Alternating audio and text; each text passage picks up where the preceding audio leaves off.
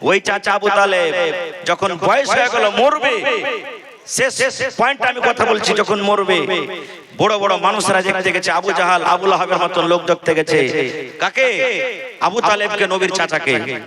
নবীজি জানলেন আমার চাচার শেষ টাইম, নবী জানলেন আমার চাচা আর বাঁচবেন না। হাঁটতে হাঁটতে চাচার কাছে চলে গেলেন। যাওয়ার পর কি বলছেন? চাচা গো, ও আমার চাচা জান, শেষ টাইম আপনার গো চাচা, হয়তো আপনি এখন দুনিয়া থেকে চলে যাবেন আর আপনি দুনিয়াতে বাঁচবেন না। চাচা গো, একবার কালেমা পড়ে মুসলমান হয়ে যান, একবার আপনি কালেমা পড়ে মুসলমান হয়ে যান। যদি আপনি একবার কালেমা পড়ে মুসলমান হয়ে যান, আমি আল্লাহ রাব্বুল আলামিনের দরবারে আপনার জন্য সুপারিশ করব। এই রব্বুল আলামিন, আমার চাচা আমার জন্য কষ্ট করেছেন, আমার চাচা আমার জন্য কত মার খেয়েছেন, আমার জন্য আমার চাচা কত গালি খেয়েছেন, আমার জন্য আমার চাচা বাইকাট হয়ে পর্যন্ত থেকেছেন। এই রব্বুল আলামিন, দয়া করে তুমি আমার চাচাকে জান্নাত দান করো। এই মতো আপনার জন্য আল্লাহর দরবারে সুপারিশ করব। চাচা একবার শুধু কালেমাটা আপনি পড়লেন, নবী বললেন, কিন্তু ওমন থেকে যারা ইসলামের দুশমন, আবু জাহাল আবু লাহাবেরা কি বলছে জানেন?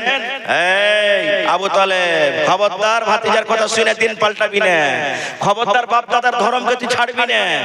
কিন্তু নবী আমার বলেন, চাচা গো, একবার আপনি কালেমা পড়লেন। আমার মা ছোট কালে মারা গেছেন গো চাচা, মার মায়া পাইনি, আব্বাকে চোখে দেখতে পাইনি, দাদার মায়া মহব্বত আমি পাইনি। মায়ের মতো আপনি আমাকে আদর দিয়েছেন, দাদার মতন আপনি আমাকে আদর দিয়েছেন, আব্বার মতো আপনি আদর দিয়েছেন, আপনি আমাকে লুঙ্গি দিয়েছেন, জামা দিয়েছেন, তেল সাবুন সব দিয়েছেন, সব আপনি দিয়েছেন। চাচা একবার আপনি কালেমা পড়ে মুসলমান হয়ে যান। চাচা গো, যদি আপনি কালেমা না পড়েন, আপনি যদি মুশরিক হয়ে মারা যান, তাহলে আল্লাহর দরবারে আমি আপনার জন্য সুপারিশ করতে পারবো না। কারণ কোন মুশরিকের জন্য যদি আমি আল্লাহর দরবারে সুপারিশ করি, আল্লাহ আমার সুপারিশ কিন্তু শুনবেন না। চাচা আপনি কালেমা পড়লেন, আপনি নামাজ পড়েননি, আপনি রোজা করেননি, আপনি কিছু আমল না করে থাকেন, শুধু একবার শেষের বেলাতে কালেমা পড়লেন। কারণ আল্লাহ রাব্বুল আলামিন মুশরিকের জন্য জান্নাতকে আল্লাহ হারাম করে দিয়েছেন, এই জন্য আপনি কালেমা পড়লেন। নবী বলছেন কালেমা পড়েন। ইসলামের দুশমনরা বলছে না, খবরদার, এই আবু তালেব বাপ দাদার ধর্মকে ছাড়বি না। শেষ কথা আবু তালেব কি বলে মরছেন জানেন? রে আমার ভাতিজা মুহাম্মদ সাল্লাল্লাহু আলাইহি সাল্লাম, ভাতিজারা আমি জানি তুমি সত্য, তুমি সত্য, তুমি নবী সত্য, তোমার কোরআন সত্য, তোমার আল্লাহ সত্য। ভাতিজা রে, আমি যখন শেষের বেলাতে যদি মুসলমান হয়ে যাই, শেষের বেলাতে যদি আমি কালেমা পড়ে মরে যাই, আমাকে মক্কার লোকেরা গালি দিবে, আমার বাপকে গালি দিবে, আমার বংশকে নানা রকমের গালি দিবে। এই জন্য ভাতিজা রে, আমি তোমার ধর্ম কবুল করব না রে ভাতিজা, আমি তোমার দিনে যাব না, আমি লা ইলাহা পড়ব না। আমার আব্বা জানেরা যে এই ধর্মে মারা গেছেন, আমি আবু তালেব ওই ধর্মে আমি মারা গেলাম। যেমন কথাটা বলা সুবহানাল্লাহ। দয়ার নবীর চোখ দিয়ে কোনখান দিয়ে পানি ঝরতে লাগলো। সাহাবায়ে কেরাম বলছেন, ইয়া রাসূলুল্লাহ, আপনার চাচা মারা গেল বলে আপনি কাঁদছেন, আপনি তো আমাদেরকে ওয়াজ করেছেন।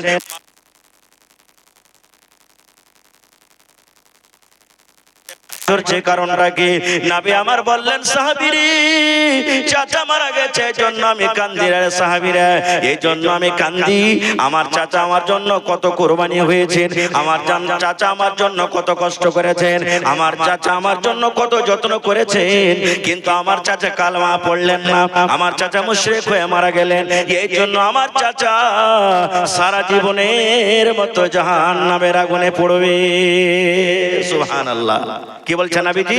আমার চাচা শুধু কালেমাটা না পড়ার কারণে আমাকে অন্তর থেকে কত ভালোবেসেছিলেন। আমার চাচা এই মুখ দিয়ে কত আমাকে ভালোবেসেছিলেন, শুধু আমার ইসলামের পরে ঈমান আনলো না, আমাকে নবী বলে মানলো না, আমার কোরআনকে মানলো না, আমার এক আল্লাহকে বিশ্বাস করলো না।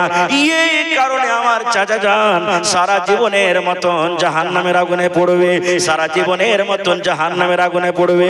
কিন্তু হ্যাঁ সাহাবীরে, আল্লাহ রাব্বুল আলামিন আমার চাচার পর একটু দয়া করবেন, আল্লাহ রাব্বুল আলামিন আমার চাচার পর একটু মায়া করবেন। কি দয়া করবেন? জাহান্নামের ভিতরে সব থেকে যেটা ছোট আযাব, ওয়ার থেকে জাহান্নামের ভিতরে কিন্তু আর আযাব ছোট নাই। ওই ছোট আযাবটা আমার চাচাকে দেওয়া হবে। কি ছোট আযাবটা হবে? নবী আমার বলেছেন, আমার চাচার পায়ে আগুনের জুতা দেওয়া হবে, আগুনের জুতা হবে। ওরে সুবহানাল্লাহ। আজকে যদি আমাদের হাতে এক ফোঁটা আগুন থেকে যায়, মায়েরা খালারা ভাত রান্না করে, একটু যদি তাপ লেগে যায়, একটু রুটিটা বেশি যদি গরম হয়ে যায়, তরকারি যদি একটু ঝোল গলা শরীরে পড়ে যায়, সঙ্গে সঙ্গে ফোঁসা পড়ে যাবে। নবী আমার বলেছেন, সাহাবীরে আমার চাচার পায়ে আগুনের জুতা দেওয়া হবে, আগুনের জুতা দেওয়া হবে। আর ওই আগুনের তাপ উঠতে উঠতে উঠতে উঠতে উঠতে উঠতে মাথার মগজ পর্যন্ত চলে আসবে। মায়েরা খালারা যখন ভাত রান্না করে, পানি যেমন গড়গড় গড়গড় গড়গড় করে ফুটে, ভাত যখন ফুটে যায় গড়গড় গড়গড় করে, দয়ার নবী বলেছেন আমার চাচার ওই আগুনের জুতা যে পায়ে দেওয়া হবে, ওই আগুনের তাপ উঠতে উঠতে উঠতে উঠতে মাথা পর্যন্ত চলে আসবে। এবার ওই মাথার মগজ পানির মতন গড়গড় করে ফুটবে। এটা জাহান্নামের মধ্যে সব থেকে ছোট আযাব, ছোট আযাব। ইয়ার থেকে জাহান্নামের ভিতরে কিন্তু আর ছোট আযাব নাই। নারে তাকবীর। يهدي محمد صلى الله عليه وسلم وشر الأمور محدثاتها وكل محدثة بدعة وكل بدعة ضلالة وكل ضلالة في النار. أعوذ بالله من الشيطان الرجيم. بسم الله الرحمن الرحيم. قل إن كنتم تحبون الله فاتبعوني يحببكم الله ويغفر لكم ذنوبكم والله غفور رحيم. وقال النبي صلى الله عليه وسلم كل أمتي يدخلون الجنة. ওহরে মুসলমান তোরা হারস না ঈমান, ওহরে মুসলমান তোরা হারস না ঈমান।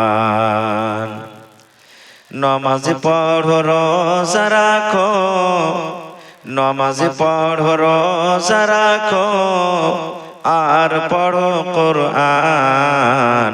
ওরে মুসলমান তোরা হারস না ঈমান। যদি করো নমাজ রোজা, থাকবে না তোর পাপের বোঝা। যদি মানো পাক কোরআনের কথা, থাকবে না তোর গুনাহ খাতা। পুলসে রাতে পার করিবেন, পুলসে রাতে পার করিবেন খোদা রব্বে দো জাহান। ওরে মুসলমান তোরা হারস না ঈমান। কি করে কি আমল করলি একাই আলী একাই যাবি। কি করে কি আমল করলি একাই আলী একাই যাবি। ভালো আমল যদি করে গেলি, নেক আমল যদি করে গেলি, হবে তোর কল্যাণ। ওরে মুসলমান তোরা হারস না ঈমান। নমাজ পড়ো রোজা রাখো, নমাজ পড়ো রোজা রাখো, আর পড়ো কোরআন। ওরে মুসলমান তোরা হারস না ঈমান। নারে তাকবীর। মাশাআল্লাহ। আজকে জলসার আমার যোগ্যতময় শ্রদ্ধেয় সভাপতি সাহেব, উপস্থিত উলামায়ে কেরাম, সামনে বসে থাকা ইসলাম দরদি, দিন দরদি ভাই ও বাবাজিরা, পর্দানাসীন মায়েরা, খালারা, সমস্ত তারিফ ও গুণগান সে মহান আল্লাহ তাবারক ওয়া তাআলার জন্য, যে মহান আল্লাহ তাবারক ওয়া তাআলা বাড়ি ঘর ছেড়ে নরম গরম বিছানাকে ত্যাগ করে এই মাদ্রাসার প্রাঙ্গণে একত্রিত হয়ে বসে কিছু বলার ও শোনার তৌফিক দিয়েছেন। তাই আমরা আল্লাহ তাবারক ওয়া তাআলার প্রশংসা করি, অন্তর থেকে মুহাব্বতের সাথে সকলেই পড়েন আলহামদুলিল্লাহ। একটু জোর করে পড়েন ভাই, আলহামদুলিল্লাহ।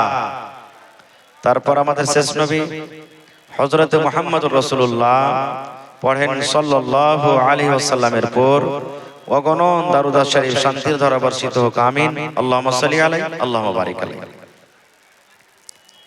বন্ধুগণ, যারা পড়ালেখা মানুষ তারা অবশ্যই বুঝে ফেলেছেন যে আজকে আমি কোন বিষয় নিয়ে আলোচনা করব। আজকে আমার বিষয় হবে আই লাভ মুহাম্মদ সাল্লাল্লাহু আলাইহি সাল্লাম। এই যে খুব মোবাইলে দেখছিলেন আপনারা, দেখেছেন আপনারা? আই লাভ মুহাম্মদ সাল্লাল্লাহু আলাইহি সাল্লাম বলার কারণে পৃথিবীতে কত দাঙ্গা, কত ফাসাদ, কত কাজিয়া, কত ঝগড়া, কত কি হয়েছে। তো আজকে যত লোক আমরা এখানে এসেছি, আছি বা বাড়িতে, আজকে এই জিনিসটা আমরা বুঝবো, জানবো যে আমরা যে মুখে বলছি আই লাভ মুহাম্মদ সাল্লাল্লাহু আলাইহি সাল্লাম, এই কথাটার মানে হলো যে আমি মুহাম্মদ সাল্লাল্লাহু আলাইহি সাল্লামকে ভালোবাসি, আমি মুহাম্মদ সাল্লাল্লাহু আলাইহি সাল্লামের সাথে মুহাব্বত করি। তো এই জিনিসটার হকদার আমরা আছি কিনা, আমাদের এই বলা কথাটা মুখে যেটা বলছি আসলেই মুহাব্বতের আমরা হকদার বা নবী মুহাম্মদ সাল্লাল্লাহু আলাইহি সাল্লামকে আমরা ভালোবাসি, এই জিনিসটা একটু আমি তুলে ধরবো। আমার সময় 11:30 পর্যন্ত কিছু কথা বলবো, আর শেষের দিকে কিছু আপনাদের কাছ থেকে আমি নিব। ভাই মুসলমান, তাহলে প্রথমে আমাদেরকে জানতে হবে আমরা যে এখানে যত লোক নর নারী ছোট বড় বসে আছি, একটু সামনে থেকে আপনারা বলবেন আমরা কোন নবীর উম্মত, একটু জোর করে আওয়াজ দিয়ে বলবেন, জোরে বলেন। এই দেখেন এইখানে তো মুহাব্বত শেষ হয়ে গেল। হ্যাঁ, আমরা কোন নবীর উম্মত যে ভাই? মুহাম্মদ সাল্লাল্লাহু আলাইহি সাল্লাম। এটা জানা দরকার। আমাদের অবস্থা কি জানেন? মহিলারা যখন গীত গাইতে বসে, মহিলারা দেখবেন গীত গাইতে বসেছে, 8 জন 10 জন 15 জন মহিলা গীত গাইতে বসেছে, একজনা গীত গাইবে আর শেষের দিকে সবাই তো জানে না, তখন হে বলে ওই সুরটা মিলে দিলে মানে সবাই গায়ে গেল। তো আমরা এরকম হয়ে গেছি মুসলমান, দেখায় দেখি, কিন্তু অরিজিনালে যদি যাই তো আমরা নবীর নাম আমরা জানি না। সুবহানাল্লাহ। বাবু সাহেব লেখা রাখেন, আমি পরে দোয়া করছি। মাশাআল্লাহ। দেখেন কালেকশন আসতে শুরু হয়েছে, আমি খুব শর্টে কথা বলবো। তো আমরা হলাম শেষ নবী মুহাম্মদ, জড়েন মুহাম্মদ সাল্লাল্লাহু আলাইহি সাল্লামের উম্মত। এবারে কেমন করে উম্মত? শুধু কি মুখে আমরা যদি বলে দিই আই লাভ মুহাম্মদ কি মুহাম্মদের হকদার হয়ে যাব? একটা হাদিসের কথা শুনেন। ইসলামের দ্বিতীয় খলিফা, ইসলামের দ্বিতীয় রাজা হযরত ওমর রাদিয়াল্লাহু তাআলা আনহু একদিন আল্লাহ নবীর সাথে হেঁটে চলেছেন, গল্প সল্প করছেন। আল্লাহ রাসূল প্রশ্ন করছেন, ওমর তুমি আমাকে কতখানি ভালোবাসো বাবা? নবীজি জিজ্ঞাসা করছেন ওমরকে, ওমর তুমি আমাকে কতখানি ভালোবাসো, আমার সাথে কতখানি মহব্বত করো বাবা? হযরত ওমর রাদিয়াল্লাহু তাআলা বলছেন, ইয়া রাসূলুল্লাহ আমি আপনার জান, আমি নিজের জান খান ছাড়া আপনাকে ভালোবাসি। মানে আমার স্ত্রী, আমার বেটা, আমার বেটি, আমার মা, আমার বাবা, গোটা পৃথিবী সব থেকে আপনাকে বেশি ভালোবাসি, কিন্তু শুধু আমার নফস মানে আমার জান ছাড়া। আল্লাহ রাসূল সাল্লাল্লাহু আলাইহি ওয়াসাল্লাম বলছেন, ওমর এখনো তুমি পূর্ণ মুসলমান হওনি। পড়েন সুবহানাল্লাহ। রাসূল কি বলছেন ওমরকে, ওমর তুমি এখনো পূর্ণ মুসলমান হওনি। ইয়ার মানে যখন আমার পরে আক্রমণ হবে, দুশমনেরা হামলা করবে, তখন তুমি আমার কাছে না থেকে তুমি আমার কাছ থেকে চলে যাবে, এটাই না বোঝা গেল? আমার জান ছাড়া মানে কি, এটাই বোঝা গেল? হযরত ওমর রাদিয়াল্লাহু তাআলা খুবই জ্ঞানী মানুষ ছিলেন। তখন বলছেন হুজুর আমার বলা ভুল হয়ে গেছে, আমি আমার জান থেকে আপনাকে বেশি ভালোবাসি। তখন নবী সাল্লাল্লাহু আলাইহি সাল্লাম বলছেন হ্যাঁ এখনো তুমি পাক্কা মুসলমান হয়েছো। এর নাম হলো কি? আই লাভ মুহাম্মদ সাল্লাল্লাহু আলাইহি সাল্লাম। আর একটু আগে চলেন, একটা গল্প বলি আপনাদের সামনে, এটা হাদিসের কথা নেই, শুধু বুঝার জন্য। আপনাদের কালিকাপুর বাজার আছে পাঞ্জরে, না আছে না? নেই? কালিকাপুর বাজার পাঞ্জরে আছে। যারা লিট্টি বেচছেন, সিংহড়া বসছেন, ভাই মন খারাপ করবেন, আমি শুধু বুঝার জন্য একটা গল্প বলছি, হাদিসের কথা নাই, মানুষকে বোঝার জন্য। একটা পড়ালেখা ছেলে বেগ ঘাড়ে করে হেঁটে চলেছে, দেখছে তো একটা দোকানে খুব ভিড়। তখন একটা লোককে জিজ্ঞাসা করছে ছেলেটা, জাহারে ভাই এই দোকানটা কিসের দোকানে এত ভিড়, কারণটা কি? বলছে বলিস না ভাই, এই দোকানটাতে লিট্টি তৈরি হয়। লিট্টি খাইছেন আপনারা? তো লিট্টি খাইছেন জি ভাই? বলছে লিট্টি তৈরি হয়, আর খুব স্বাদওয়ালা লিট্টি, একবার যে খাইবে ও ভুলতে পারবে না, মানে অন্যদিন আসতে হবে ওকে। ছেলেটা বলছে এক পা দু পা করে হেঁটে যায়, দেখি লিট্টির স্বাদ আমিও নিয়ে এলি। হাঁটতে হাঁটতে তখন দোকানদারকে বলছে, দোকানদার ভাই দুটা লিট্টি গেল আমাকে দাও। দোকানদার দুটা লিট্টি দিয়েছে। যারা হুঁশিয়ার, পড়ালেখা, যারা বুদ্ধিজীবী মানুষ, ভাত খায়, রুটি খায়, ছাতু খায়, যা খাবে ওরা দেখে শুনে খাবে। এটা লাগে হকমকি আছে, একবার গপ গপ গপ করে শুরু করে দিলে তা লয়।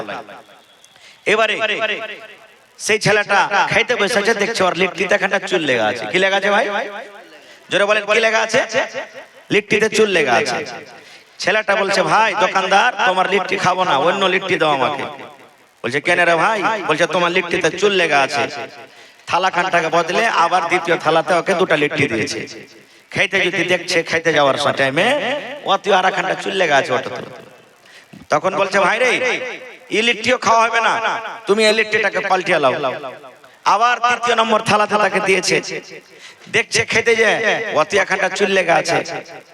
তৃতীয়বারের বেলাতে থালা খানটাকে পাক মেরে ফেলে দিয়ে বলছে সালারকে লিট্টির ফ্যাক্টরি দেখবো কোন জায়গাতে লিট্টি তৈরি হয়। আমাকে তিনবার থালিতে লিট্টি দিলে আর বারবার চুল পাচ্ছি না, আমি দেখবো। এরকমই গরমের টাইম ভাই, হাঁটতে হাঁটতে হাঁটতে হাঁটতে ভেতর দিকে যদি যাইছে, যারা মিঠাই তৈরি করে, কি বলছে রে, লিট্টি গলা সামোসা তৈরি করে, ওরা কি বলছেন? হালুয়াই বলছেন না কি বলছেন? হালুয়াই নাকি? দেখছে একটা খালি গান জায়গায় দিয়ে আছে, তেল গড় গড় গড় গড় করে ফুটছে, আর ওর আঞ্জর পাঞ্জরে কোনো মানুষ নাই, আর একবারে চুপচুপে ঘাইমে আছে। টস টস টস করে তার শরীর দিয়ে পাসিনা বইছে, ঘাম ঝুইছে। কত হয়তো পাসিনা কড়াই তো পড়ছে মনে হয়, ওতে স্বাদ বাড়বে নাকি আল্লাহ জানছে। এবারে দেখছে তো ওখানে আঞ্জর পাঞ্জর কেহ মানুষ নেই, আটা মানে সানা আছে, আর যে লিট্টি তৈরি করে ওর কিন্তু এখানটা হাত ভাই ঠোঁটা, এখানটা হাত নাই। আপনারা যারা লিট্টি খাইছেন দেখবেন লিট্টি গোল হয় না লম্বা হয় ভাই? গোল হয়। তো গোল করতে গেলে দু হাতের দরকার না এক হাতে হবে? দু হাতের দরকার হবে। এই ছেলেটা মনে মনে কইছে যে হ্যাঁ হে, এই লিট্টি ওয়ালাটা একাই এখানে আছে, অন্য কেউ নাই, আর ওর ফের এখানটা হাত ঠোঁটা, তো লিট্টি বানাইছে কেমন করে ও? বলছে না, একে দেখি যাবো কেমন করে লিট্টি হয়। তেল গড় গড় করে ফুটছে ভাই, কিন্তু লিট্টিওয়ালা জানে না যে আমাকে দেখতে এসেছে। একটুখানি হাত লিয়েছে, যে হাতখানটা ভালো, হাতে একটু লিট্টি লিয়েছে, আর হাতখানটাকে চেড়া বগলে চেড়া মারছে, তারপর না তেলে ছাড়ছে। এরকম ভাবে একটু আটা লিয়েছে, বগল খানটাকে চেড়ে মারছে, তারপর না তেলে ছাড়ছে। 2 4 5টা যখন হয়েছে, সুবহানাল্লাহ, বগলটা উঠিয়ে দেখছে তা ঘাসার মাসার শুরু করে দিয়েছে। একবারে লম্বা লম্বা 5-6 ইঞ্চি একবারে উলার কাট লেগে আছে ওর বগলে। সুবহানাল্লাহ। তখন বলছে এর খেয়ে লিট্টিতে চুল পাবো না, থেকে ভালো লিট্টি পাবো। আপনারা হাসলেন কেন বললাম কথাটা? রে মুসলমান, আল্লাহর নবীর হাদিস, নবী আমার বলেছেন 5টা জিনিস হলো আমার সুন্নাত। কয়টা? 5টা জিনিস হলো আমার সুন্নাত। তার মধ্যে একটা হলো নবী বলেছেন কোনি যদি তোমার বড় হয়ে যায় 8 দিনে 10 দিনে তোমাকে কোণে কাটতে হবে। কিন্তু রে মুসলমান, কত মাকে দেখবেন, কত বোনকে দেখবেন, কত ভাইকে দেখবেন, 15 দিন মাসে কোণে কাটা দূরের কথা রে বন্ধু। এমন বড় বড় বড় করে এক একটা ভাই আমার কোণে ছাড়ে, মনে হয় তার কোণের আগে মনে হয় সুলফি বললাম ফেল হয়ে যাবে। আচ্ছা না নাই? আর ও যদি বলে আমি আই লাভ মোহাম্মদ, মোহাম্মদকে ভালোবাসি, চলবে? জোরে বলেন চলবে? নবী আমার বলেছেন তোমার কোণে কাটতে হবে। এবার ও কোণে কাটবে না, কেমন করে নবীর ভালোবাসা হয়ে গেল। আল্লাহ রাসূল বলেছেন তোমার যখন দাড়ি বড় হবে, দাড়ি গলা তুমি ছেড়ে দাও, মোচটাকে তুমি কেটে ফেলো। এই মুসলমান, আজকে আমরা দাড়ি ছেড়ে দিই আর মোচটাকে একবারে তেল দিয়ে কেড়া কেড়া কেড়ে রাখি, মনে হয় দেখে গোয়াল গোয়াল লাগছে। আর ওই লোকটা যদি বলে মোহাম্মদ আমি তোমাকে ভালোবাসি, বলেন এটা সত্য না মিথ্যা? এ ভাই মুসলমান, নবীর হাদিস আছে, নবী বলেছেন তোমার বগলে যদি চুল হয়, তোমার চুলগুলা তুমি সাফ করে নাও, তোমার চুলগুলা তুমি কেটে নাও। কতদিনে তুমি কাটবে?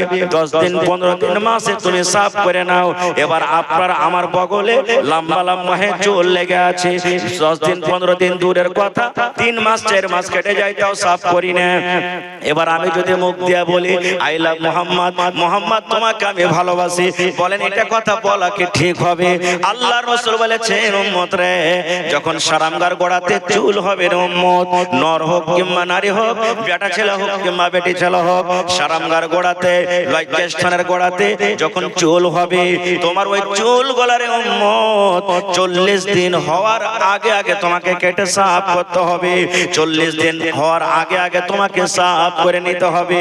এবার মুসলমান শুনেন, 40 দিন পার হয়ে গেল, এবার আমি কিন্তু ওই সাফ করলাম না, 40 দিন শেষ হয়ে গেল, এবার আমি কিন্তু সাফ করতে পারলাম না।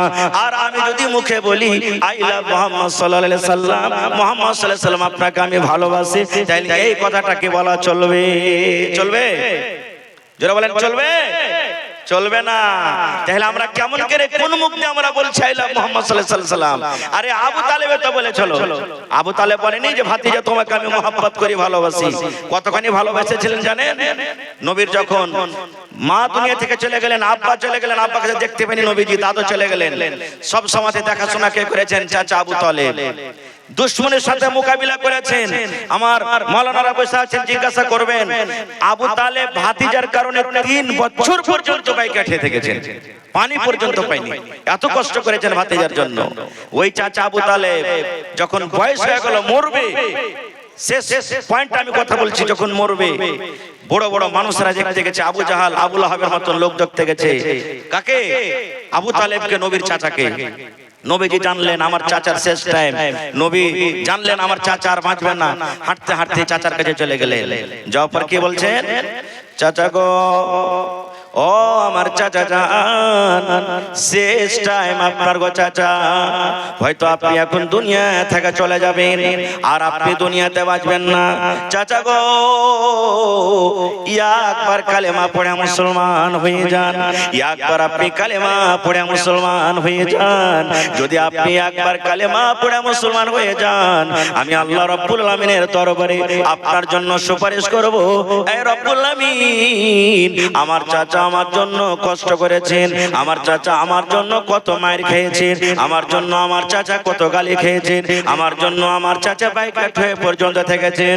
এ রব্বুল আলামিন, দয়া করে তুমি আমার চাচাকে জান্নাত দান করো। এই মতো আপনার জন্য আল্লাহর দরবারে সুপারিশ করব। চাচা, একবার শুধু কালেমাটা আপনি পড়লেন, নবী বললেন, কিন্তু অমন থেকে যারা ইসলামের দুশমন, আবু জাহাল আবু লাহাবেরা কি বলছে জানেন? এই আবু তালেব, খবরদার ভাতিজার কথা শুনে দিন পাল্টাবি না, খবরদার বাপ দাদার ধর্মকে তুই ছাড়বি না। কিন্তু নবী আমার বলেন, চাচা গো, একবার আপনি কালেমা পড়লেন, আমার মা ছোট কালে মারা গেছেন গো চাচা, মার মায়া পাইনি, আব্বাকে চোখে দেখতে পাইনি, দাদার মায়া মহব্বত আমি পাইনি। মায়ের মতো আপনি আমাকে আদর দিয়েছেন, দাদার মতন আপনি আমাকে আদর দিয়েছেন, আব্বার মতো আপনি আদর দিয়েছেন, আপনি আমাকে লুঙ্গি দিয়েছেন, জামা দিয়েছেন, তেল সাবুন সব দিয়েছেন, সব আপনি দিয়েছেন। চাচা, একবার আপনি কালেমা পড়ে মুসলমান হয়ে যান। চাচা গো, যদি আপনি কালেমা না পড়েন, আপনি যদি মুশরিক হয়ে মারা যান, যান, তাহলে আল্লাহর দরবারে আমি আপনার জন্য সুপারিশ করতে পারবো না। কারণ কোন মুশরিকের জন্য যদি আমি আল্লাহর দরবারে সুপারিশ করি, আল্লাহ আমার সুপারিশ কিন্তু শুনবেন না। চাচা, আপনি কালেমা পড়লেন, আপনি নামাজ পড়েননি, আপনি রোজা করেননি, আপনি কিছু আমল না করে থাকেন, শুধু একবার শেষের বেলাতে কালেমা পড়লেন। কারণ আল্লাহ রাব্বুল আলামিন মুশরিকের জন্য জান্নাতকে আল্লাহ হারাম করে দিয়েছেন, এই জন্য আপনি কালেমা পড়লেন। নবী বলছেন কালেমা পড়েন, ইসলামের দুশমনরা বলছে না, খবরদার, এই আবু তালেব বাপ দাদার ধর্মকে ছাড়বি না। শেষ কথা আবু তালেব কি বলে মরছেন জানেন? রে আমার ভাতিজা মুহাম্মদ সাল্লাল্লাহু আলাইহি সাল্লাম, ভাতিজারা আমি জানি তুমি সত্য, তুমি সত্য, তুমি নবী সত্য, তোমার কোরআন সত্য, তোমার আল্লাহ সত্য। ভাতিজারে, আমি যখন শেষের বেলাতে যদি মুসলমান হয়ে যাই, শেষের বেলাতে যদি আমি কালেমা পড়ে মরে যাই, আমাকে মক্কার লোকেরা গালি দিবে, আমার বাপকে গালি দিবে, আমার বংশকে নানা রকমের গালি দিবে। এই জন্য ভাতিজারে, আমি তোমার ধর্ম কবুল করব না রে ভাতিজা, আমি তোমার দিনে যাব না, আমি লা ইলাহা পড়ব না। আমার আব্বা জানেরা যে ধর্মে মারা গেছেন, আমি আবু তালেব ওই ধর্মে আমি মারা গেলাম। যেমন কথাটা বলা, সুবহানাল্লাহ। দয়ার নবীর চোখ দিয়ে কোনখান দিয়ে পানি ঝরতে লাগলো। সাহাবায়ে কেরাম বলছেন, ইয়া রাসূলুল্লাহ, আপনার চাচা মারা গেল বলে আপনি কাঁদছেন, আপনি তো আমাদেরকে ওয়াজ করেছেন।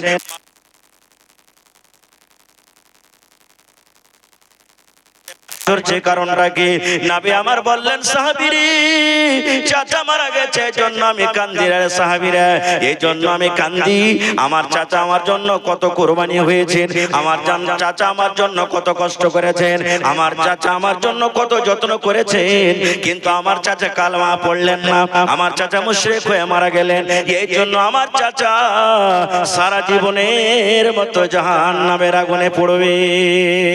সুবহানাল্লাহ। কি বলছেন নবীজি?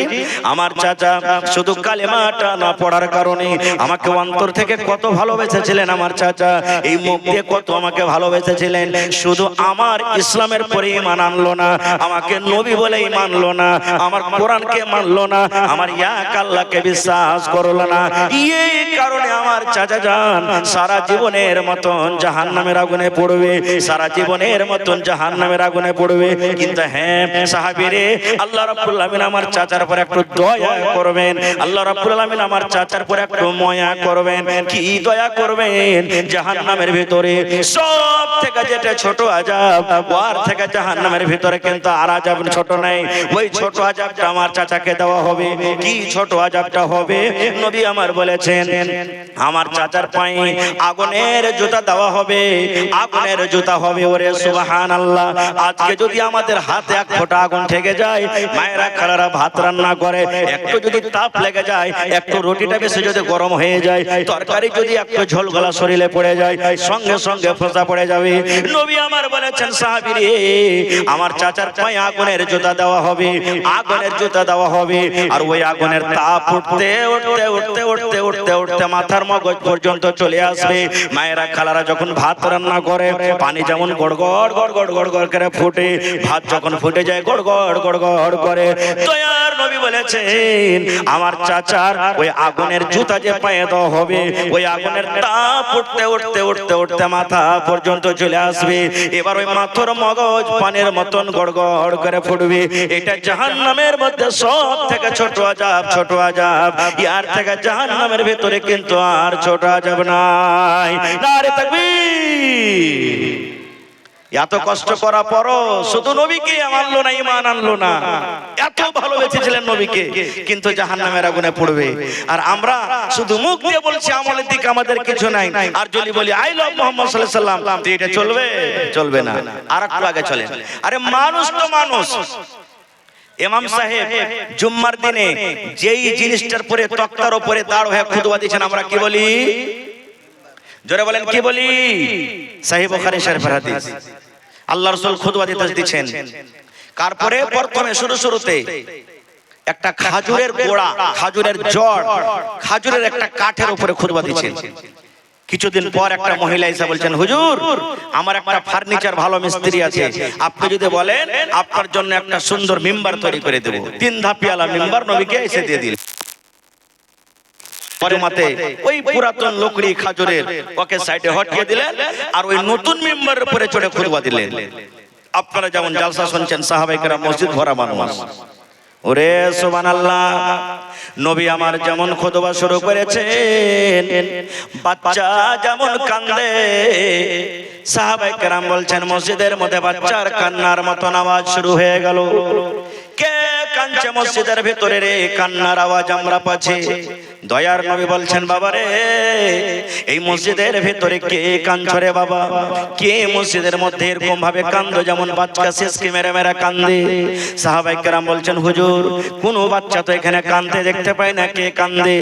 আমার নবী নজর করে দেখেন ওই যে পুরাতন মিম্বার, পুরাতন খাজুরের গাছ, কোন গল্প নাই, সহিহ বুখারী শরীফের হাদিস।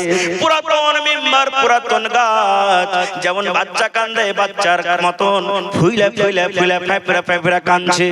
নবী আমার মিম্বার থেকে নেমে গেলেন। মিম্বার থেকে নেমে যাওয়ার পর ওই পুরাতন কাঠের উপরে এরকম ভাবে নবী যে হাত খোলাছেন, এরকম ভাবে লাড়ছেন আর বলছেন মিম্বার রে তুমি কান্দো কেন? চুপে যাও, চুপে যাও, তুমি কান্দিও না। নবী বলছেন তুমি কান্দো কেন? আপনি জানেন আপনি যখন শ্যামাপুর বাজার চলে যাবেন, আপনি কালিকা পুজো বাজার চলে যাবেন, আর আপনার যদি 5 বছর 7 বছরকার বেটা যদি বেটি বলে আমিও যাব, আর যদি ছেলেটাকে আপনি না নিয়ে যান, বলেন আপনার ছেলেটা বাড়তে কানবে কি কানবে না? জোরে বলেন কানবে কি কানবে না? আপনি 2 ঘন্টা পর যখন বাড়িতে আপনি এলেন দেখছেন বাচ্চাটা কিন্তু কাঁদতে আছে, এবার আপনি ময়াতে দয়া দেখে ছেলেটাকে দেখবেন, এরকম ভাবে বুকে জড়িয়ে নেবেন আর বলবেন বাবারে তুমি চুপ, কান্দিও না কান্দিও না। যত চুপতে বলবেন ছেলেটা বলেন আরো ফেফড়া ফেফড়া কানবে কি কানবে না? বলেন কানবে।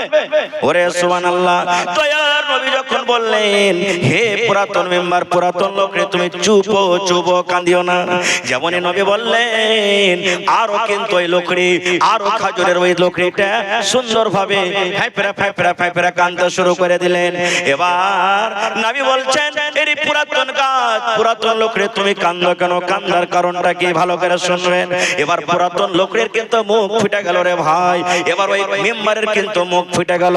ওরে আল্লাহ, পুরাতন লোকরে বলছেন ইয়া রাসূলুল্লাহ, আল্লাহর নবী গো, আমি একটা খাজুরের ডাল, আমি একটা খাজুরের গাছ, আমার উপরে দাঁড় হয়ে হয়ে গো নবীজি আপনি খুতবা দিছিলেন, আপনি আমার উপরে দাঁড় হয়ে থাকছিলেন, আমাকে কত ভালো লাগছিল, আপনার কথাগুলি আমি পাঞ্জর থেকে শুনছিলাম, আপনাকে কত ভালো লাগছিল, কিন্তু আপনি আমাকে পুরাতন বলে দূরে হটিয়ে দিলেন।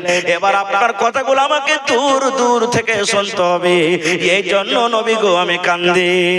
এই ভাই মুসলমান, এই আমার তিতওয়ারি এলাকার যত গ্রামের ভাই থাকেন শুনেন, একটা খাজুরের গাছ, একটা লোকড়ি, যার জন্য জান্নাত নাই, যার জন্য জাহান্নাম নাই, যার কিয়ামতের দিন কোনো হিসাব হবে না, সেই পুরাতন লোকড়ি রে বন্ধু যদি নবীর কথা শোনার জন্য কান্দে, নবীর কথা শুনতে পাবে না, পাঞ্জর থেকে যদি কান্দে, তাহলে হায়রে আমরা মানুষ, আমাদের হিসাব হবে, আমাদের জন্য জান্নাত, আমাদের জন্য জাহান্নাম। আর আজকে আমরা মুসলমান শুধু মুখে যদি বলে আই লাভ মুহাম্মদ সাল্লাল্লাহু আলাইহি সাল্লাম, তাহলে বন্ধু আমলের দিক দিয়ে নাই, মুখে বলে যদি আমরা শুধু দাবি করি, বলেন এই দাবি আমাদের চলবে কি চলবে না?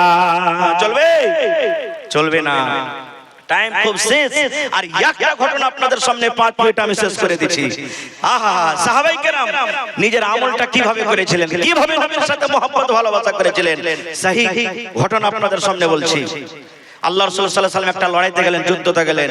নবী বললেন শোনো, যারা বাচ্চা লড়াই করতে যায় না, মহিলারা যেও না, যারা বুড়া মানুষ যেও না, যার নতুন বিয়ে করেছো স্ত্রী বাড়িতে আছে ও যেও না, যার উটনির বাচ্চা হবো হবো হয়ে আছে যেও না, যার ফল পেকে গেছে কিংবা পাকবো পাকবো হয়ে আছে ও যেও না।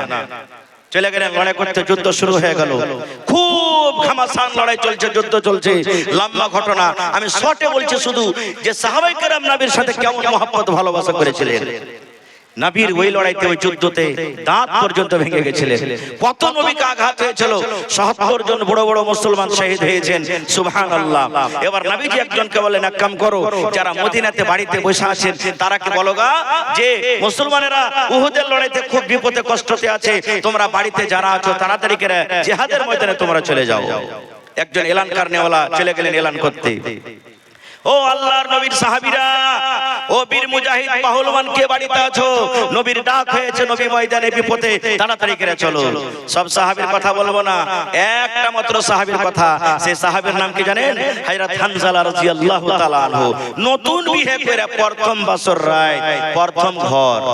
আপনারা জানছেন যারা বিয়ে শাদী হয়েছে, যে মানুষের যখন বিয়ে শাদী হওয়ার পর প্রথম রাতটা কাটে, কত সুখের রাত, কত আনন্দের রাত, কত মজার রাত। মানুষ মনে মনে করে হবে 8 ঘন্টা রাত না হয় যদি আজ যদি 22 ঘন্টা রাতটা হতো তো কত ভালো হতো, কত মানুষের খুশি। প্রথম বাসর ঘর রাত বিবির সাথে কাটাচ্ছে, এলান কানে শুনে নিয়েছে নবী বিপদে, জিহাদের ময়দানে যেতে হবে। একবারে চট করে বিছান থেকে উঠে গেলেন, আর বিছান থেকে উঠে তলোয়ার হাতে করে নিলেন। ভালোবাসা বিবি তখন বলছেন, আল্লাহ রে, কি আমি ভুল করলাম, আমার স্বামী তলোয়ার হাতে নিয়েছে, মানে আমাকে মারবে নাকি? এবার পরে দেখছি জেরা গায়ে দিয়ে নিলেন। জেরা মানে লোহার একটা পীড়ন, লোহার একটা পীড়ন। দুশ্মনে আঘাত করতে গেলে, তীর মারতে গেলে, তলোয়ার মারতে গেলে হেফাজত হবে। জেরা গায়ে দিয়ে নিলেন, তলোয়ার খানটা হাতে নিয়ে নিলেন। এবার ঘর থেকে বের হচ্ছেন। ভালোবাসা বিবি বলছেন, স্বামী গো কোথায় আছেন আপনি রাতের বেলাতে, কোথায় আছেন গো স্বামী? বলছে, বিবি রে, আমি জিহাদের ময়দানে চলে গেলাম, যুদ্ধের ময়দানে আমি চলে গেলাম। ভালোবাসা বিবি বলছেন, স্বামী গো আপনি জিহাদের ময়দানে যাবেন, আপনাকে মানা করব না, কিন্তু আজকে আমাদের বিয়েদের প্রথম রাত, আজকে হলো আমাদের বাসর ঘর, কিছুক্ষণ হলো আমাদের এই ঘরে আসা। আপনি এখন মন ভরে আমাকে দেখেননি, আমি আপনাকে মন ভরে দেখিনি, আপনার সাথে একটু জি ভরে গল্প হয়নি। স্বামী গো একটুখানি থেমে যান, একটুখানি কার রুকে যান।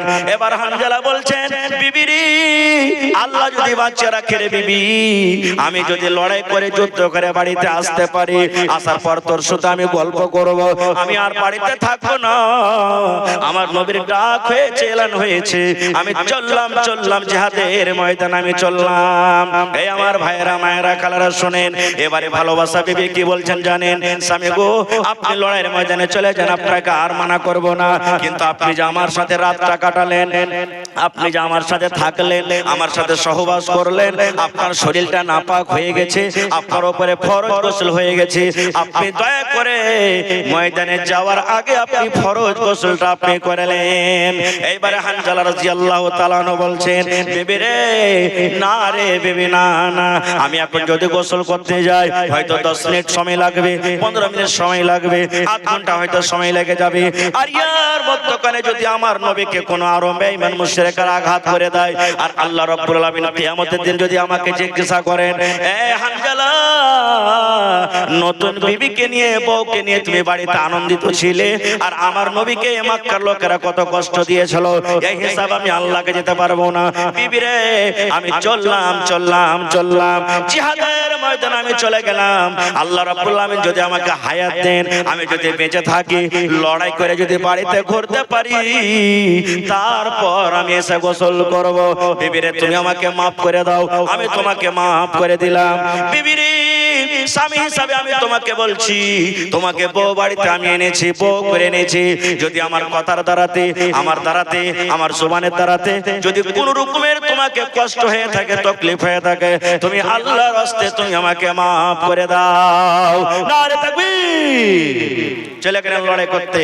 লম্বা ঘটনা ছোট করে বলছি ভাই, লড়াই করতে করতে লড়াই শেষ হয়ে গেল, লড়াই যুদ্ধ শেষ হয়ে গেল, মুসলমানের খুব ক্ষয়ক্ষতি হলো।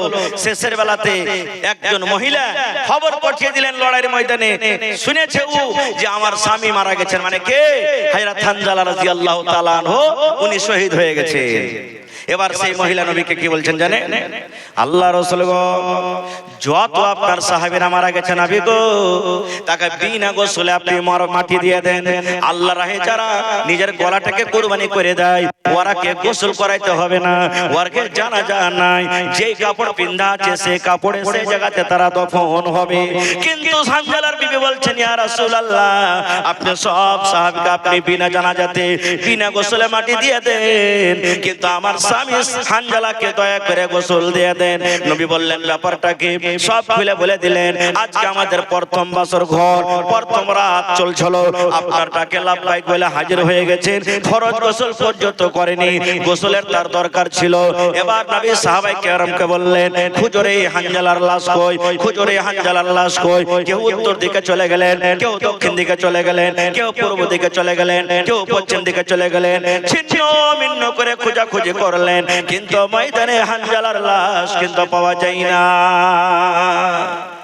সাহাবায়ে কেরাম বলছেন হুজুর গোটা ময়দান খুঁজলাম হানজালার লাশ পাওয়া যায় না নবীজি বললেন হ্যাঁ গো তাহলে দুশমনরা কি তার বেহরমতি করার জন্য দুশমনরা কি তাকে নিয়ে চলে গেছে ভালো করে তোমরা খোঁজাখুঁজি করো এই দেখতে দেখতে মুসলমান দয়ার নবী দেখছেন মাটি থেকে উপরে রে পাহাড়ের উপরে পাথরের উপরে হযরত হানজালার লাশ কিন্তু শুয়ে আছেন হযরত হানজালা কিন্তু শুয়ে আছেন একটা পাথরের উপরে শুয়ে আছেন আর ওই পাথরের উপরে শুয়ে আছেন আর হানজালার লাশ দিয়ে শরীর দিয়ে মানুষ যখন গোসল করে top top top top top করে পানি ঝরে এই মতো তার শরীর দিয়ে কিন্তু পানি ঝরে সাহাবায়ে কেরাম বলছেন ইয়া রাসূলুল্লাহ কি ব্যাপারটা আমরা বুঝতে পারলাম না হানজালাকে তো আমরা কেউ গোসল দিইনি তার শরীরে তো আমরা কেউ পানি ঢালিনি আর এখানে তো কোনো লোকজন দেখা যায় না তবে কে তাকে গোসল দেওয়ালেন কেন তার শরীর দিয়ে টপ টপ টপ টপ করে পানি ঝরে নবী গো আর নবী বললেন এরে সাহাবীরা আল্লাহ রাব্বুল আমিন এই হানজালার আমলটাকে এত ভালোবেসেছেন হানজালা আমার সাথে এত মহব্বত ভালোবাসা করেছে নতুন বউকে বাড়িতে রেখে জিহাদের ময়দানে হাজির হয়ে গেছে নতুন বিবিকে বাড়িতে রেখে এই জিহাদের ময়দানে লড়াইয়ের ময়দানে হাজির হয়েছে গোসল খান ফরজ গোসল পর্যন্ত করতে পারেনি বা করেনি আর আল্লাহ রাব্বুল আমিনের রাহে লড়াই করার জন্য যুদ্ধ করার জন্য হাজির হয়েছেন আল্লাহ রাব্বুল আমিন এই আমলটাকে এত ভালোবেসেছেন এত ভালোবেসেছেন আল্লাহ রাব্বুল আমিন ফেরেশতারাকে বললেন এ ফেরেশতার দলেরা তোমরা যাও যাও যাও আমার হানজালাকে তোমরা নিজের হাতে তোমরা গোসল দিয়ে দাও নারে তাকবীর হইলে হবে না হতে পারে না আমার নবীর সাথে কারো তুলনা হইলে হবে না হতে পারে না আমার নবীর সাথে কারো তুলনা হায়রে তুলনা তো দূরের কথা ছায়াও মিলে না হইলে হবে না হতে পারে না আমার নবীর সাথে কারো তুলনা সকল নবী রাসূল ছিলেন খোদার দেওয়ানা দো নয়নে দেখব খোদা ছিল তামান্না আরে মোর নবীকে ডেকে নিলেন আরে মোর নবীকে ডেকে নিলেন দেখবে রব্বানা হইনি হবে না হতে পারে না আমার নবীর সাথে কারো তুলনা হইনি হবে না হতে পারে না আমার নবীর সাথে কারো তুলনা ইউসুফকে দেখে যারা আঙ্গুল কেটেছে তারা কি আমার নবীর রূপ দেখেছে ইউসুফকে দেখে যারা আঙ্গুল কেটেছে তারা কি আমার নবীর রূপ দেখেছে আরে দেখতো যদি কেটে দিত আরে দেখতো যদি কেটে দিত কলিজাখানা হয়নি হবে না হতে পারে না আমার নবীর সাথে কারো তুলনা হয়নি হবে না হতে পারে না আমার নবীর সাথে কারো তুলনা যার শানে আল্লাহ তাআলা করলেন ঘোষণা খুলুকে আজিম আমার শাহে মদিনা যার শানে আল্লাহ তাআলা করলেন ঘোষণা খুলুকে আজিম আমার শাহে মদিনা মুসলমানে নবী ছাড়া কিছুই মানে না মুমিন কোরআন ছাড়া কিছুই বুঝে না হয়নি হবে না হতে পারে না আমার নবীর সাথে কারো তুলনা হয়নি হবে না হতে পারে না আমার নবীর সাথে কারো তুলনা নারে তাকবীর ভাই আমার এই বিষয় নিয়ে অনেক হাদিস কোরআনের কথা আছে তবে ভাইরি আজকে আমি